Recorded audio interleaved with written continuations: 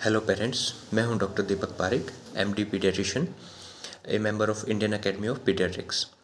अभी हमारी जो संस्था है इंडियन एकेडमी ऑफ पीडियाट्रिक्स, उन्होंने पेरेंटल गाइडलाइन जारी करनी स्टार्ट की है, जो कि इंग्लिश में है और काफ़ी लोगों तक पहुंच नहीं पाती है।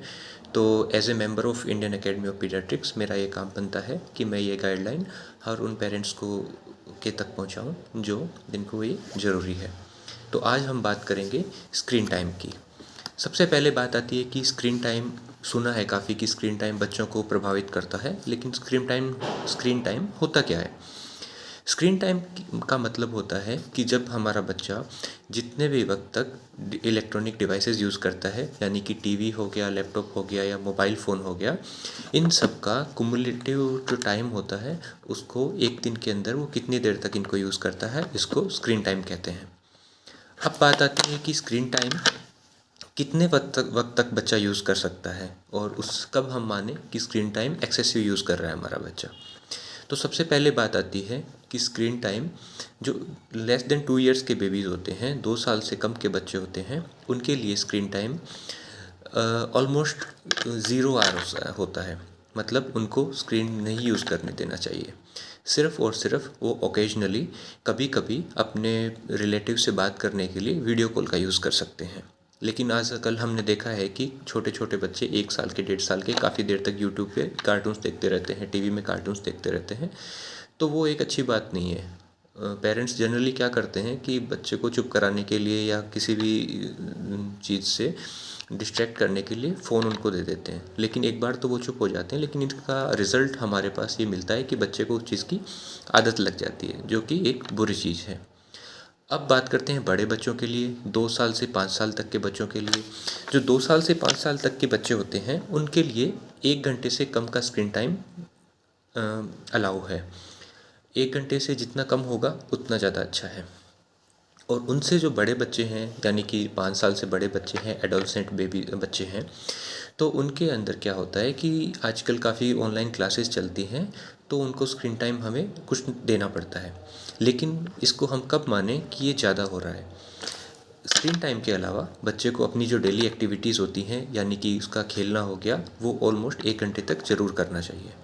इसके अलावा वो परिवार के साथ भी वक्त बिताए और अपनी अच्छे से नींद पूरी करे। 8 से 9 घंटे की नींद बच्चे के लिए ज़रूरी होती है।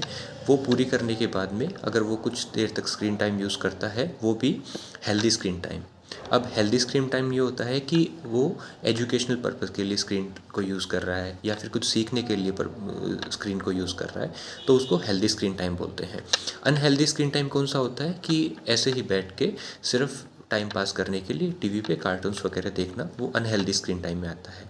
तो कोशिश ये करनी चाहिए कि जितना भी स्क्रीन टाइम हो उसके अंदर हेल्दी स्क्रीन टाइम होना चाहिए। अनहेल्दी स्क्रीन टाइम बच्चे के लिए अच्छा नहीं है। अब बात आती है कि क्या क्या साइड इफ़ेक्ट्स होते हैं इसके। साइड इफ़ेक्ट्स की बात करें तो मेनली 4 तरह के साइड इफ़ेक्ट्स होते हैं इसके। सबसे पहले फिज़िकल साइड इफ़ेक्ट होते हैं, मेंटल साइड इफ़ेक्ट होते हैं, सोशल साइड इफ़ेक्ट होते हैं और स्कोलेस्टिक साइड इफ़ेक्ट होते हैं, यानी कि स्कूल के रिलेटेड साइड इफ़ेक्ट होते हैं। सबसे पहले बात करते हैं अपन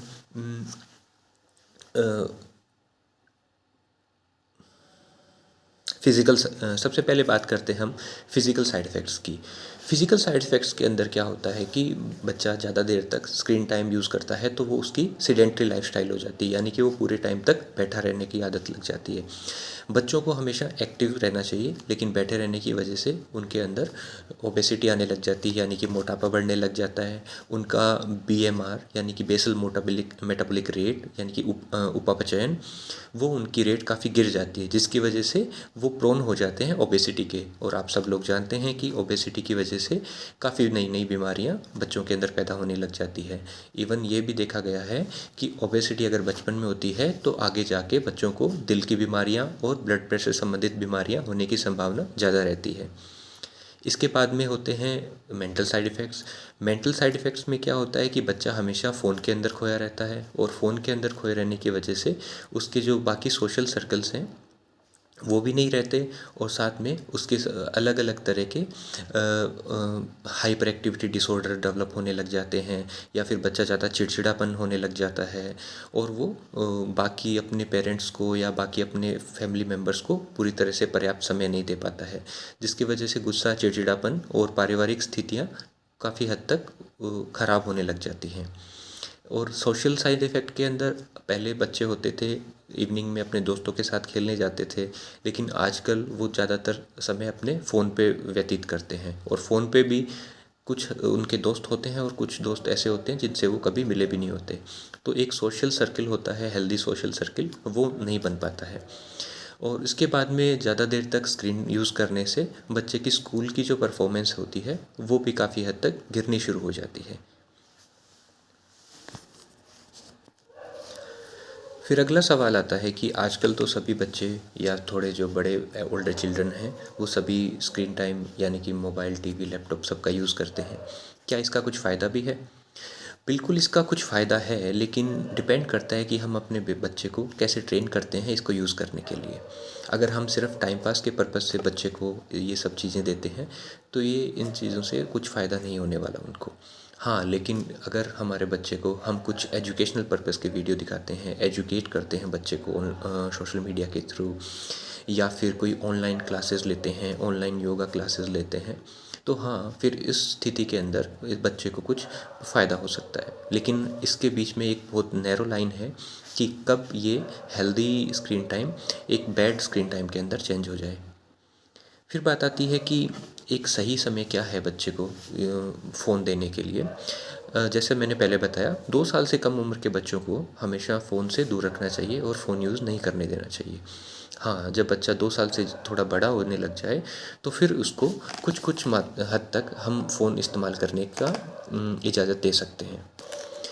क्योंकि 2 साल से कम उम्र के जो बच्चे होते हैं, मेनली आप सबने सुना होगा कि दिमाग का सर्वाधिक विकास 2 साल से कम उम्र तक हो जाता है। जब ये उम्र होती है, इसके अंदर दिमाग का सर्वांगीण विकास होने के लिए, देखिए सिर्फ अगर ब्रेन का साइज़ बड़े होने की बात है तो वो तो ऑलमोस्ट हो जाएगा, लेकिन इसके साथ में जो सोशल स्किल्स होती हैं उनको डेवलप करने के लिए बच्चे को सोशलाइज होना बहुत ज़रूरी होता है। हाल देखने में आता है कि जो सिंगल पेरेंट्स हैं, या फिर जो ऐसे पेरेंट्स हैं जो दोनों वर्किंग हैं, उनके बच्चे ज़्यादा इंटरेक्ट नहीं करते, सिर्फ घर में रहते हैं, तो उनकी जो लैंग्वेज स्किल्स हैं वो काफ़ी डिले हो जाते हैं। तो कई बार वो उनके लिए कंसर्न बन जाता है कि हमारा बच्चा अभी तक ठीक से बोलता नहीं है। और इवन ये भी देखा गया है कि जो बच्चे ज़्यादा कार्टून देखते हैं, तो उनकी जो लैंग्वेज होती है उसका उस पर काफ़ी ज़्यादा प्रभाव पड़ता है। कार्टून्स के जो टोन्स से बच्चे बोलने लग जाते हैं बिल्कुल कार्टून की तरह, जो कि हमें टीवी पे देखने में अच्छा लगता है, क्यूट लगता है, लेकिन उसको आगे की लाइफ में इस चीज़ से प्रॉब्लम हो सकती है। ये हमें समझना चाहिए। अब यानी कि हमारा बच्चा ऑलरेडी काफ़ी देर तक इस्तेमाल करता है, ट्विटर यूज़ करता है, व्हाट्सएप यूज़ करता है, यूट्यूब यूज़ करता है, या फिर ऑनलाइन गेमिंग प्लेटफॉर्म यूज़ करता है, गेम खेलता है, पबजी या फिर क्लैश ऑफ क्लैंस, ये सब गेम खेलता है, तो काफ़ी टाइम तक यूज़ करता है। तो हमें अब क्या करना चाहिए? क्या इसका कुछ बेनिफिट भी है इन सब चीज़ों का, या फिर सारी डिसएडवांटेज है? तो बेनिफिट के अंदर तो देखिए जी, ऐसा है कि बेनिफिट के अंदर सिर्फ लिमिटेड बेनिफिट्स हैं। उनके अंदर अगर आप यूज़ करते हैं बच्चे को एजुकेट करने के लिए, या फिर बच्चे को कोई प्लेटफॉर्म प्रोवाइड करते हैं, अगर उसका कुछ टैलेंट है तो उसको वीडियो बनाने के लिए देते हैं, जो ताकि उसका टैलेंट वो दिखा सके पूरे सोशल मीडिया पे, तब वो पॉजिटिव के अंदर आएगा। या फिर कोई जैसे ऑनलाइन प्लेटफॉर्म है, कुछ डिबेट करनी है या फिर अपना पॉइंट रखना है, उसके लिए वो अगर प्लेटफॉर्म यूज़ करते हैं ऑनलाइन, तो फिर वो ठीक है। डिसएडवांटेज की बात करें तो बहुत सारे डिसएडवांटेज है, सॉरी। डिसएडवांटेज सबसे बड़ा तो है कि बच्चे काफ़ी इंट्रोवर्ट हो जाते हैं इसकी वजह से। वो सिर्फ किसी रियल इंसान के सामने अपने को एक्सप्रेस पूरी तरह से नहीं कर पाते, लेकिन जो सोशल मीडिया के ऊपर वो बिल्कुल ही एक अलग पर्सनैलिटी होती है, जिसकी वजह से उनका बिल्कुल एक स्प्लिट ड्यूल पर्सनैलिटी टाइप का व्यक्तित्व डेवलप हो जाता है। जो कि एक अच्छी बात नहीं है। इसके अलावा बच्चे को साइबर बुलिंग फेस करनी पड़ सकती है अगर वो सोशल मीडिया पे है तो। कोई भी बच्चे के सामने कुछ पोर्नोग्राफी कंटेंट जो हम नहीं चाहते बच्चे देखें, वो सोशल मीडिया के अंदर या फिर आजकल वेबसाइट्स पे वो उसको इजीली अवेलेबल हो सकता है, जिसकी वजह से उसके थॉट प्रोसेस में काफ़ी चेंज हो सकता है, जो कि एक उस एज के लिए ठीक नहीं है। हमें प्रॉपर बच्चे को एडुकेट करना चाहिए सेक्सुअल एजुकेशन के लिए, लेकिन जो उनकी आधी अधूरी नॉलेज होती है या फिर कुछ फेक वेबसाइट्स होती हैं, उनके ऊपर अगर बच्चा जाता है या फेक न्यूज़ वगैरह रहती हैं, तो वो उसके लिए ठीक नहीं है। अब बात करते हैं कि अगर हमारा बच्चा ऑनलाइन प्लेटफॉर्म यूज़ करता है तो हम कैसे इंश्योर करें कि वो एक अच्छा मैनर्स रखे, और अगर सामने से कोई हर्टफुल मैसेज करता है तो उसके लिए हम क्या कर सकते हैं। देखिए, सबसे पहले हम बच्चे को इनिशियली जब स्टार्ट करते हैं तभी हम सिखाना शुरू करें कि हमेशा एक वेल बिहेव फॉर्म के अंदर सोशल मीडिया का यूज़ करें। किसी को भी ऐसी कोई बात ना बोलें, किसी भी कोई हर्ट करने वाले मैसेजेस किसी को भी ना करें। सामने वाले को उसी तरह से रिस्पेक्ट दें जैसे रिस्पेक्ट आप सामने वाले से चाहते हैं। आपने कोई भी प्राइवेट मैसेजेस, प्राइवेट फ़ोटोज़ या फिर प्राइवेट पासवर्ड वगैरह किसी भी सोशल मीडिया प्लेटफॉर्म पे अपलोड ना करें। और अगर कोई सामने से कुछ मैसेजेस करता है तो तुरंत उसकी सूचना अपने पेरेंट्स को दें, उनसे बात करें, और अगर सीवियर केस होता है तो उसकी ज़रूरत पड़े तो एफआईआर भी करें और साथ ही साथ उसको रिपोर्ट भी करें। आजकल साइबर क्राइम्स काफ़ी ज़्यादा होने लगे हैं। जो बच्चे होते हैं वो काफ़ी अपने पेरेंट्स के जो वॉलेट वगैरह यूज़ करके, ऑनलाइन वॉलेट वगैरह यूज़ करके काफ़ी गेम्स के अंदर भी पैसे उड़ा देते हैं, जिस चीज़ को हमें पहले पूरी तौर से ख्याल रखना चाहिए और बच्चे को सिखाना चाहिए, उसको पैसे की कीमत बतानी चाहिए कि ये सिर्फ डिजिटल फॉर्म के अंदर कुछ नंबर नहीं लिखे हुए, उनको कमाने के अंदर काफ़ी खून पसीना लगता है। तो उसको आप 1 रुपए की कीमत बताएंगे तब वो इस चीज़ों की कद्र करना सीखेगा। अपने बच्चे को बताएं कि कोई भी ऑनलाइन फ्रेंड हो जिससे आप पहले कभी नहीं मिले हों, उससे मिलने कभी भी अकेले में ना जाएं। कहीं भी आप जा रहे हैं किसी से मिलने, अपने पेरेंट्स को सूचित करके जाएं। और इसके बाद में अगर कोई साइबर बुलिंग कुछ होता है ऐसा, तो फिर उसको रिपोर्ट करने के लिए एक वेबसाइट है cybercrime.gov.in, या फिर हेल्पलाइन नंबर है 1098, उस पर संपर्क करें। और आजकल ऑनलाइन क्लासेस भी काफ़ी चलती हैं, तो हम भी वीडियोस कुछ देखते हैं कि बच्चे ऑनलाइन क्लासेस के अंदर अपने टीचर्स के साथ काफ़ी अभद्रता कर रहे हैं, जो कि अच्छी चीज़ नहीं है। हम अपने बच्चों को इस तरह से ट्रेन करें कि अगर वो ऐसा कुछ देखते भी हैं लेकिन ऐसा कुछ ना सीखें, और हमेशा ऑनलाइन क्लास के अंदर एक अच्छी तरह से बिहेव करें, जिससे उनका जो परवरिश झलकती है, उनके जो बिहेवियर से उनकी परवरिश झलकती है, ये उनको बताएं। और इसके बाद हम बात करते हैं स्क्रीन टाइम को हेल्दी वे में यूज़ करने के लिए। एक तो अपना पोस्चर सीधा रखें, अगर चेयर पे बैठते हैं तो एकदम सीधा होकर बैठें, अपने बच्चे को ये बताएं। और साथ ही एक कंप्यूटर विजन सिंड्रोम से बचने के लिए एक 20-20-20 का रूल होता है, यानी कि 20 मिनट्स तक स्क्रीन टाइम यूज़ करने के बाद में 20 सेकेंड्स का ब्रेक लें और 20 फीट दूर कोई ऑब्जेक्ट हो उसको देखें, जिससे कि आइज़ का जो स्ट्रेन होता है वो थोड़ा सा कम हो सके। और साथ में कोई भी लाइक मोबाइल यूज़ करते वक्त ये सभी के लिए है कि अपनी जो नेक होती है उसको आगे बेंड ना करें, और अपनी नेक को स्ट्रेट रखें और अपने हैंड से मोबाइल को ऊपर की तरफ रखें, और कोशिश करें कि आपकी गर्दन बिल्कुल सीधे रहे, जिससे कि आपकी गर्दन में आगे जाके जो सर्वाइकल स्पॉन्डिलाइटिस होता है उसके चांसेस काफ़ी कम हो जाएंगे। अब बात करते हैं कि क्या हमारा बच्चा सोशल मीडिया या मोबाइल एडिक्ट हो गया है, कैसे इसका पता लगाएं और हमें क्या करना चाहिए। अगर आपका बच्चा काफ़ी देर तक फ़ोन यूज़ करने लग गया है, जिसकी वजह से वो बिल्कुल भी अपनी पढ़ाई पे ध्यान नहीं दे रहा है, या अपने दोस्तों के साथ कहीं भी बाहर खेलने नहीं जा रहा है, ना ही अपनी आपकी बात कुछ सुन रहा है, खाने पीने पे उसका कुछ ध्यान नहीं है, सारा दिन वो फ़ोन के अंदर ही घुसा रहता है, तो फिर ऐसी स्थिति के अंदर अगर आप उसको बोलेंगे कि वो फ़ोन छोड़ दे तो वो काफ़ी हद तक वायलेंट बिहेवियर करेगा, चिल्लाने लग जाएगा, गुस्सा हो जाएगा। और या फिर ऐसा होता है कि कई बार हम अपने बच्चों को अगर मोबाइल नहीं देते हैं तो वो काफ़ी घर से बाहर निकल जाते हैं, या फिर मारपीट करने लग जाते हैं किसी के साथ में। या फिर ऐसा होता है कि वो उसका बिहेवियर होता है अटेंशन डेफिशिएंट टाइप का हो जाता है। ये सारे इसके फीचर हैं, रेड फ्लैग साइंस हैं। अगर इनमें से कुछ भी आपको अगर दिखाई देता है तो फिर आपको किसी साइकोलॉजिस्ट या फिर पीडियाट्रिशियन से कंसल्ट करने की ज़रूरत है, क्योंकि अगर जल्दी अगर इस चीज़ का इलाज हो जाए, ये एक तरह का एडिक्शन बन जाता है। ऑनलाइन गेमिंग भी आजकल एडिक्शन बन जाता है।